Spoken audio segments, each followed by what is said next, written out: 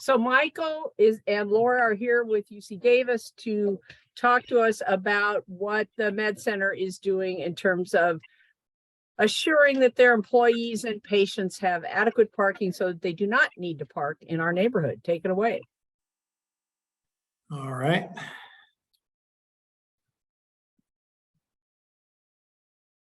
So can you see the presentation? I can see Okay. So the Elmhurst Neighborhood Association monthly meeting, February 13th, parking update. So as you guys are aware, this is kind of all of the construction projects that are currently going on campus. So the rehab hospital, which is down in this section right here, the eye center, which has just gotten completed, which is right in here. 48X, a surgical center is under construction right now, which is this section right here. And then of course, parking structure 5, parking structure 4, which was completed in January. The California Tower development project right in here. And then of course, Aggie Square and PS parking structure 6 as part of Aggie Square.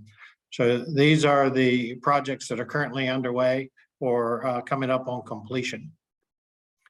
So, and what we're doing is really kind of a 4-pronged approach. We're looking at new supply, how we can develop relationships or contracts to lease additional parking stalls, the building of new structures, the building of temporary parking facilities.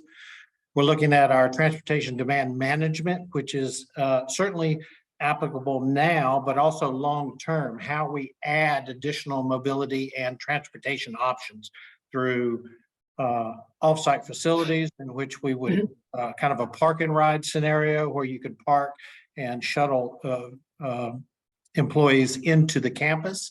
We're looking at relationships with other public transit agencies, very much like what we have with YOLO and RT with the Causeway Connection.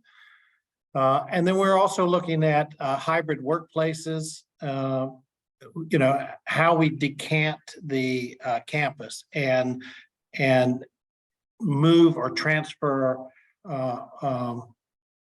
to flex schedules and hybrid work, and how that translates to the campus and reducing the congestion and traffic on campus.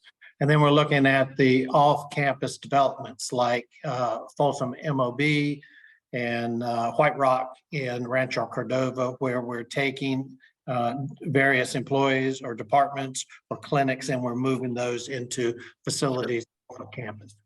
So that's kind of the 4-prong approach that we're looking at in really kind of addressing some of the parking, transportation, and mobility needs on campus. So what we've done, what we're currently doing is kind of the next step. Just kind of quickly, you know, we've developed the daily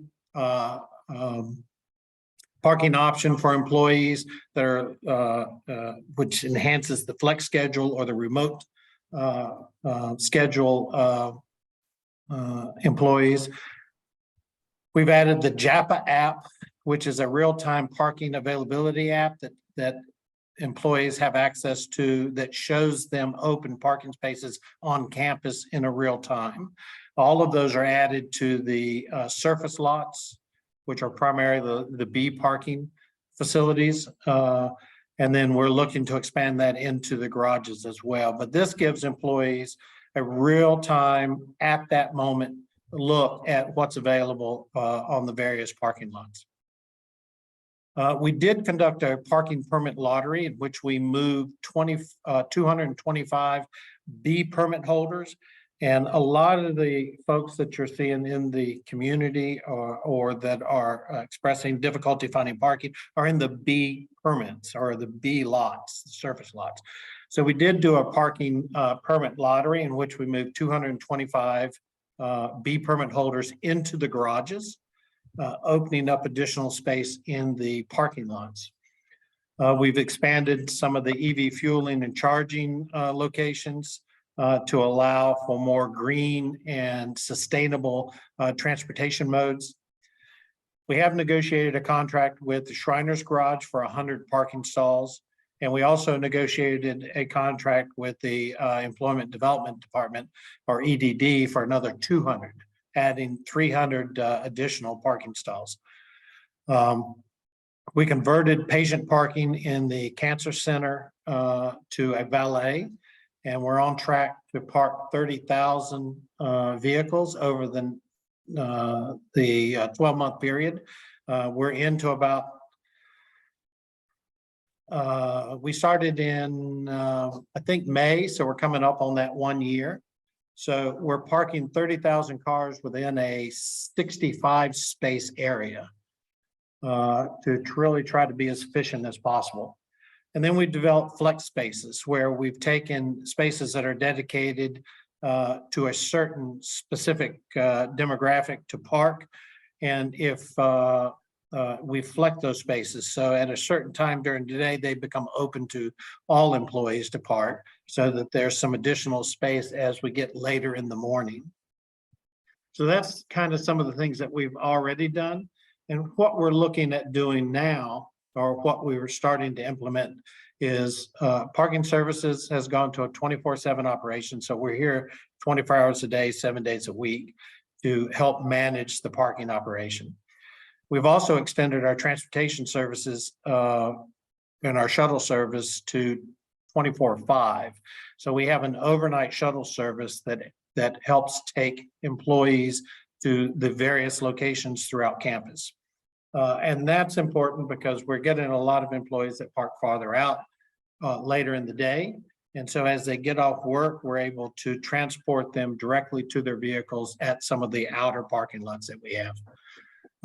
We've developed and opened an auxiliary lot, lot 25 behind the Mine Institute. We just reinstituted stack parking in PS4. We're looking at negotiating new parking agreements to acquire additional parking stalls on campus. We're looking at a mid-shift parking permit, which is going to be very similar to our D parking permit lottery, where we're going to move individuals that have B permits into the parking structure as a second lottery. We're looking at developing and on the process of planning to develop new temporary parking lots. We've got new parking structures that are currently under construction. And then we're also developing a commuter platform called Loom, which allows us to bring all of our parking programs and parking offers into one platform. So employees can gather that platform and really make a day-to-day decision on how they want to get to campus as we start offering more and more public options. And then we're bringing on a tool called Maptive, which is a GIS system, which allows us to more accurately develop and pinpoint carpool options for employees. And so we'll be reaching out to various communities as we identify these carpool options to help match employees up. And that, coupled with incentives that we're looking at with carpool, is we're looking to really kind of bring match up employees so that we have a single car coming to campus for 2, 3, 4 employees, as opposed to 4 cars coming to campus. And so these are all the programs that we're really starting to put in place this year. And really how that translates out is the next couple of slides of the practical application of these programs that we're doing. So in February, for this month. Michael, I just want to interrupt you. One thing is missing from this for me is kind of the bottom line. You have all these things, but what is the need for parking? And, you say that you switched 225 parking spaces into the garages. Well, what we heard from staff was, you eliminated a lot more than that. So, I think this is useful, but if you could contextualize this in terms of what your needs are, that would be helpful in terms of actual numbers. So sorry, go ahead. And that's fine. And that's actually what we're doing here.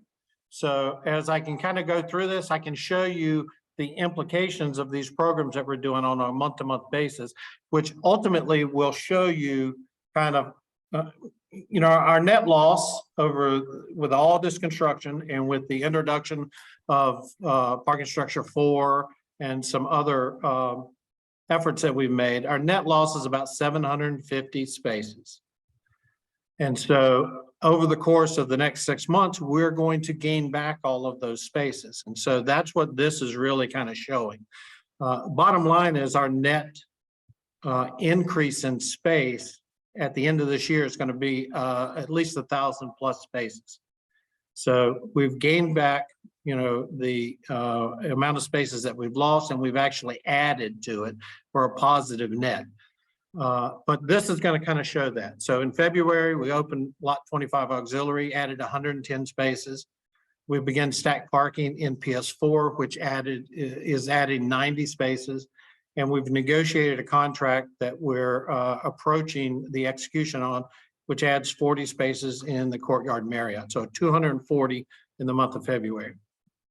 And what is your need? What is the need, the number that you're trying to provide parking for? How many employees, because it's, again, we sort of need to have a context for this, right? You said you're going to add 1,000, the end of the year, you'll have added an additional 1,000 spaces. Does that address all the need, or what's the actual need for parking? Well, that addresses our current need. And as we continue, we've got plans to continue to add spaces over the next several years. But, by the end of the year with 1,000, that addresses the need that we have. And quite honestly, the biggest majority of it will be addressed by June, July. And so, but, there's a continual need. And we continue to try to address the immediate and the demands on campus, but we also want to address future needs by developing alternate methods of transportation through regional transit partnerships, off-site locations through park and rides, or shuttling individuals from our MOBs and our university-owned properties so that they don't have to bring vehicles to campus. They can make the decision to ride shuttles or an alternate form of mobility to get to campus. But we do feel, and I feel, that the 800 spaces that we're going to be adding up through June, and then the additional 200 spaces by the end of the year, will meet the immediate need. Yes. And could you how many employees are there at the campus? Laura might be able to answer that. I'm not sure how many we have on the total campus. So yeah, and we don't have it broken down by shift, but I believe if you take medical students added into the mix, as well as school nursing students, probably about 12,000. But remember, that's on, number of different shifts, because not everybody's there. We also have a number of us, including myself, who work hybrid schedules. So a lot of us are not there on the campus. For example, I happen to be in a building that's a little bit off-site, and I'll be moving. We have a number of our folks. We're doing a lot of shifting right now. So if you say yes, there's 12,000, but that doesn't take into account everybody who's actually located there, 5 days a week. right. And Online it says they're 21,000, but anyway, go ahead, Michael, and then we can open it up for questions. Go ahead, finish. No problem. So March and April. Mike Godfrey. I'm sorry. No, I just unmuted us, and I have questions. Can we let him finish, and then we'll take questions? So just put your hand up if you have a question. Thank you. Okay, will do. Let me mute my. All right. So where'd I go here? All right, so March and April, we're looking at doing the mid-shift lottery, which is going to transfer at least 150 folks into the parking garages, opening up additional space on the surface lots. And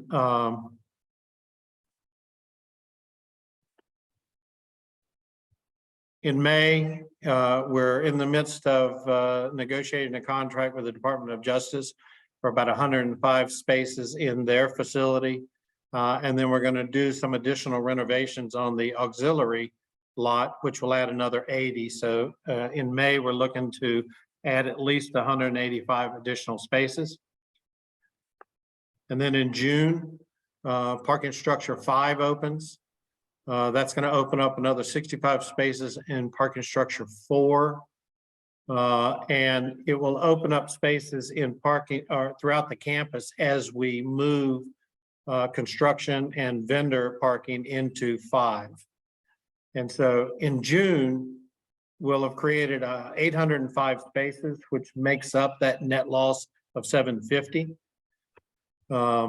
And so at that point, we're slightly positive on our net stalls based on the stalls that we've lost over the last couple of years with the construction projects. And then last, in December, we're looking at opening up some temporary spaces, temporary parking lots, and that's going to add another 200 spaces. So by year's end, we've got at least 1,005 spaces, and we may actually end up with additional spaces beyond that.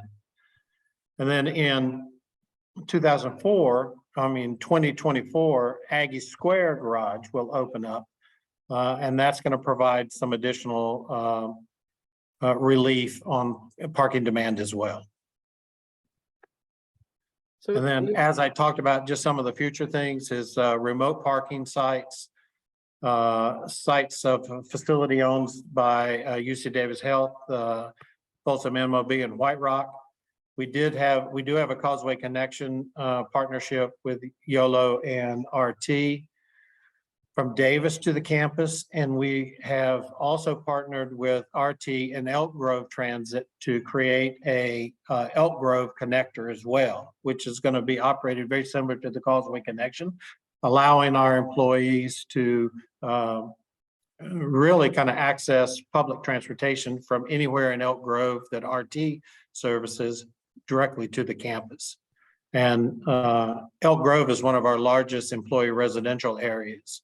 And so we're targeting that one first to develop a good transit partnership with RT for that. And then last is the first and last mile shuttle, where we're looking to really connect all the regional transits to a downtown SAC area in which employees will be able to take any type of regional transit downtown. And then we provide the last mile to and from campus. So those are some of the things that we're working out in the future to really provide additional options for employees. And that's really kind of the presentation on, you know, the impact that we're trying to make this year in really gaining back. Go ahead. okay, thank you very much, Michael. So why don't we take some questions? People have their hands up. Here we go. Okay. I have a question. Yeah, Elizabeth Dickinson. Maybe you can identify yourself because I don't think it's Elizabeth. No, it's Elizabeth's husband, Jim. Okay, Jim, go Yes. for it. I'd like to know, with all these spaces that you guys are mentioning, what about all the construction workers? Because there's got to be more than 1,000 working on Aggie Square, the upcoming California Tower, and what type of parking is going to be provided for the construction worker? Sure. Well, right now, most of the construction workers are parking within the footprint of the construction site. So Aggie Square, their workers are parking within that footprint. California Tower is a little bit different. That's a smaller footprint they have. And the 48X project, we've got a lot of their construction workers are parking within their footprint as well. But we do have some that do park on the campus. And so the effort behind that is really parking structure 5, where all construction workers vendors are going to be directed to that. They're not going to be parking on the campus. They should not be parking in the neighborhoods. They're going to be directed to parking structure 5. Okay, and with that being said, right now, when I walk around the neighborhood, I see a lot of handicap placards on cars, and I see a lot of visitor permits. And I know these people that are parking in our neighborhood are not, they're not visiting. They're going into the med center to work every day. Right. And we're in a 2-hour limit, you know, unless you have a B permit, and that's where all the visitor permits are. Are people selling their or offering their visitor permit on a monthly basis for money? I'm not sure what the visitor permit is. The B permit is an electronic permit that is attached to their vehicle. So it would be difficult for them to sell that permit to someone else. It's not a physical permit. It is. Which B permit are we talking now? You guys have your own UC and then the Right. So cities. I'm Yeah. not Parking is familiar. We're talking with about he's talking about the ones in the neighborhood. And Yeah. yes, people have reported both abuse of the handicap placards and that in fact, some people have sold guest passes to Okay. UCD employees. But Yeah. I guess I don't want to cut you off there, but if there are 22,000 employees at the UC Med Center and there's 1,000 parking spaces, that somehow doesn't seem like It's not anywhere 1,000. near We're parking. adding 1,000 this year. What's the total? But once the 1,000's added, the total, I think it's going to come to about 9,800. Okay, So that's just what we're adding this year. okay. And I not agree. everybody drives. So, you know. And if you're hearing 22,000, you say it's on our website, I'd love to be able to figure out where that is. So I It's can get on your clarification. website. I just Googled it. Sorry. Oh, okay. Because yeah. I was like, if it's on our website, I wanted to make sure that I get some clarification because those aren't the numbers I have. So, okay, thanks. So, but you're You looking know, what would at be good is to find out, I know you guys don't have the figure now, but like you said, there's some people that walk to work, like I have neighbors that are residents and stuff. And you talked about all the different shifts and the hybrid workers.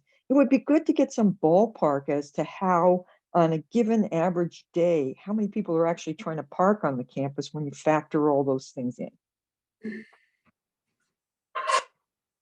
And Mike, Yeah. would the JAPA app be able to give us some ballpark figures we can look at and get back with the? Well, I mean, we can look at utilization, yes. Okay. And quite honestly, though, there have been very few times when we do not have parking available. We have parking available. It is, you know, later in the morning, it becomes further out on campus. And so these areas that we have contracted space for, like EDD, where we have 200 spaces, you know, that area, Broadway, lot 30, which is near where the new rehab center is, those spaces, those lots normally have space. But what ends up happening is people want to park as close as possible. And so the communication is there's no space available. I can't find any space. Well, there is no space available right next to the hospital. That fills up quickly. The space is available as you move farther out on campus. What we're doing is identifying areas this year where we can create more space, not only further out, like where the Justice Center is and lot 25, where the Mine Center is, but create space closer in. And so people will have additional options as they come into park. But there's been very seldom that the campus is 100% full and there's no space available. And as a matter of fact, I can't even think of a time when there was. It does get tight. You know, we'll get at 94%, but we always have space available. And this additional 1,000 spaces is going to really help alleviate some of that demand. And just again, does that keeping pace with you're also adding employees and staff and functions all the time. And obviously Aggie Square is going to do that. I see we have a question, somebody else's hands up. So I see Carrie and then I just lost it. These things are jumping around. Isaiah, is that, I don't know how you pronounce that. You got your hand up. Yeah, hello, my name is Isai. So I right now you were talking about like the causeway and other things. Has the campus ever considered starting some sort of transit or shuttle for like parking that's further from the hospital and kind of promoting that as a way for people to park further, knowing that there's like a shuttle that's kind of constantly running that takes people to like the different stops within the campus, medical building, the hospital, the clinic, those types of things? Yeah, Thank so you. we are looking at areas outside the campus where we could do, I mean, that's a park and ride basically, where employees can come park, they grab a shuttle, they come into campus. And we are looking at those not only as a separate location, but also in conjunction with some of the properties that we're developing, like White Rock and Folsom MOB and some of those facilities. So yes, we are in the process of looking for those and identifying those areas that would be appropriate for that. We're in discussions with, or we're working with the city of Sacramento to help identify some areas. So yes, that is very much on our radar and one of our top transportation demand management projects. So it takes a while to build that, one, to find the location, to get it under contract. You know, there's a lot that goes into that with shuttle service, establishing the shuttle service, security. And so while we haven't gotten anything specifically identified, we continue to work to try to find locations that would be appropriate for where our population is and where they're coming from, and then what would be convenient for them to be able to park in an off-site location and then get shuttled in. So it's a great suggestion and we are looking into it. Okay. Carrie? You can't hear you. Go You ahead. can't hear me? Now I can, yeah, go ahead. Okay. I have a few questions, but it seems like it's a financial issue perhaps why people don't want to park that work there and they want to park somewhere else. So how much does it cost to park that, you know, for workers there? And what's the daily payment plan? What is, just in real quick. Just again, we'll do the B permit because that D permit is a garage. They're going to park in the garage. They're not going to park in the community. So we'll do a B permit. Yeah. So a B permit is currently $48 a month. It will be going to $59 a month next month. So the B permit is $59. I'm sorry, $58, not $59, $58 a month. The daily parking rate is $2.32, which if an employee comes in and pays that daily, and it's only available to the employee, it's not available to the public. If the employee comes in and pays that $2.32 a day and works every single day like a normal work week, that equates to $48 a month. So they actually save $10, even if they come in and work every single day, if they just pay the monthly rate, I mean, the daily rate. And is it easy? Because when you see the people, you know, coming to work, do they have to wait in line? Do they have to do everything so slowly that they're just like, screw it, I'm going to go park in the neighborhood and then do my union mandated break and go move my car and all that? I mean, is it easy? Yes. I dropped a friend off the other day over there for a procedure. It's a cluster beyond, and I don't know how anybody gets anywhere knowing anything about anything that's a patient. It certainly patients or visitors that are coming in for the first time, it can be confusing. Patient and visitor parking is in the garages, so you do have to stop. You have to get a ticket and go in and park. Employee parking, for what we're talking about here with the B permits, is all open facilities. There is no facility that I'm aware of that you would have to stop and scan a card or wait for a gate to open. It's an open facility. And that's one of the problems that we have, is that they drive into the facility so quickly because it is so easy to access that it presents safety hazards. So for an employee coming into park, it is not difficult to get into a facility. Now, if you are wanting to park in the closest facility and you're coming in late, you may drive around for a little bit because the facility is full. If you go to the facilities that are open, which are further out, you could come in and get a parking space and get to work relatively quickly.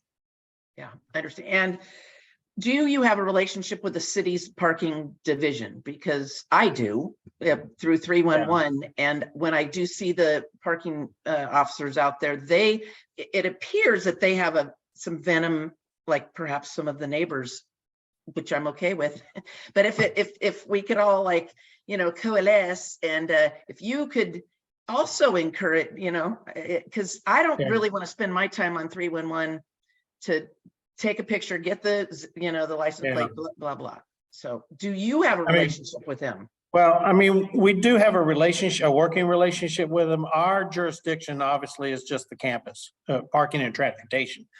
We don't have any jurisdiction off of campus, but we certainly have a working relationship with them.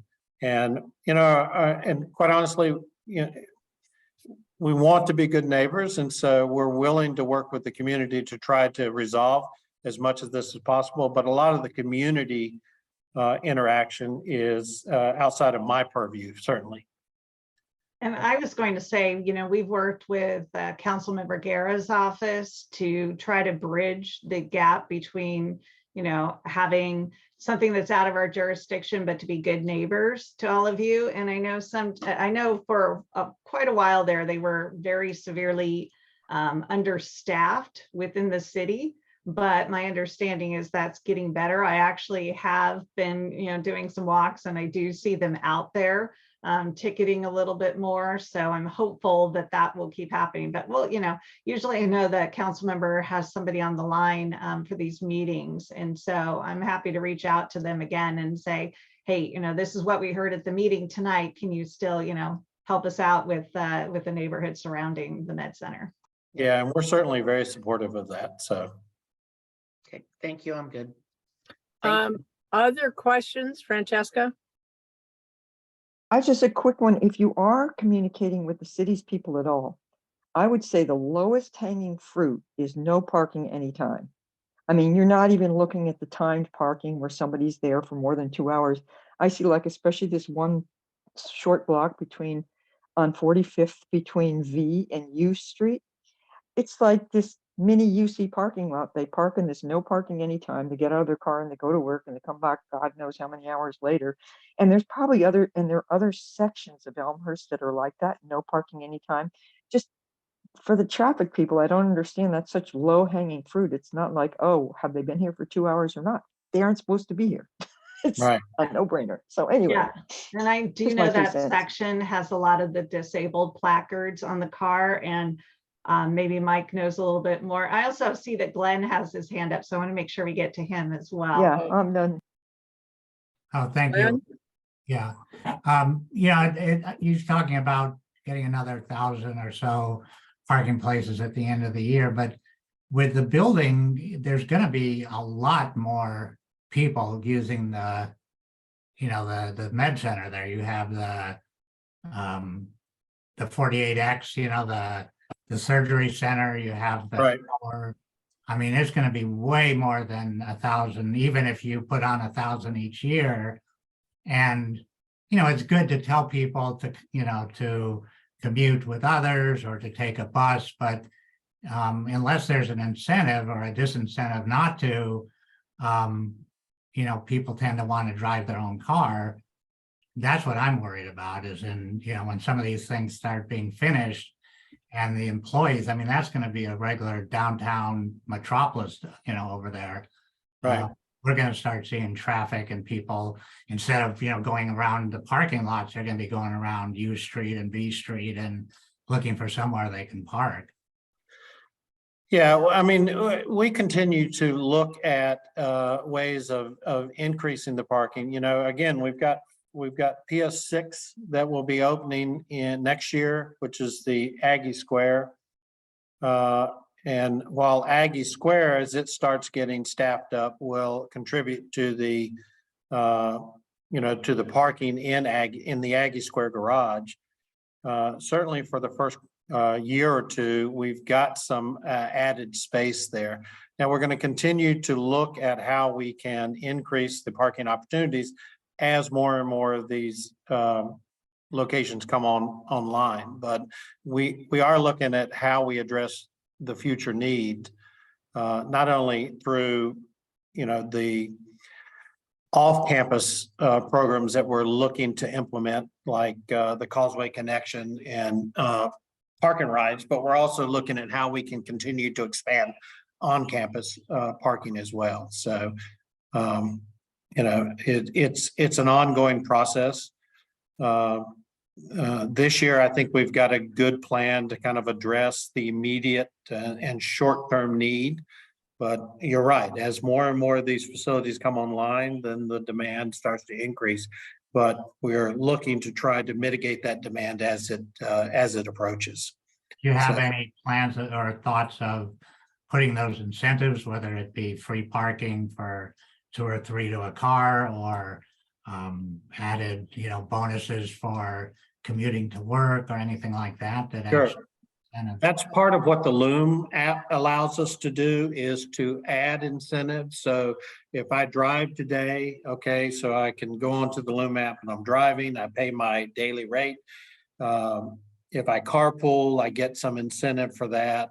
And with a lot of these alternative programs, we are looking at incentives, either subsidizing the transit ride or subsidizing the parking offsite, so that it is a less cost to choose to take some of these. Same thing with our carpools and our van pools.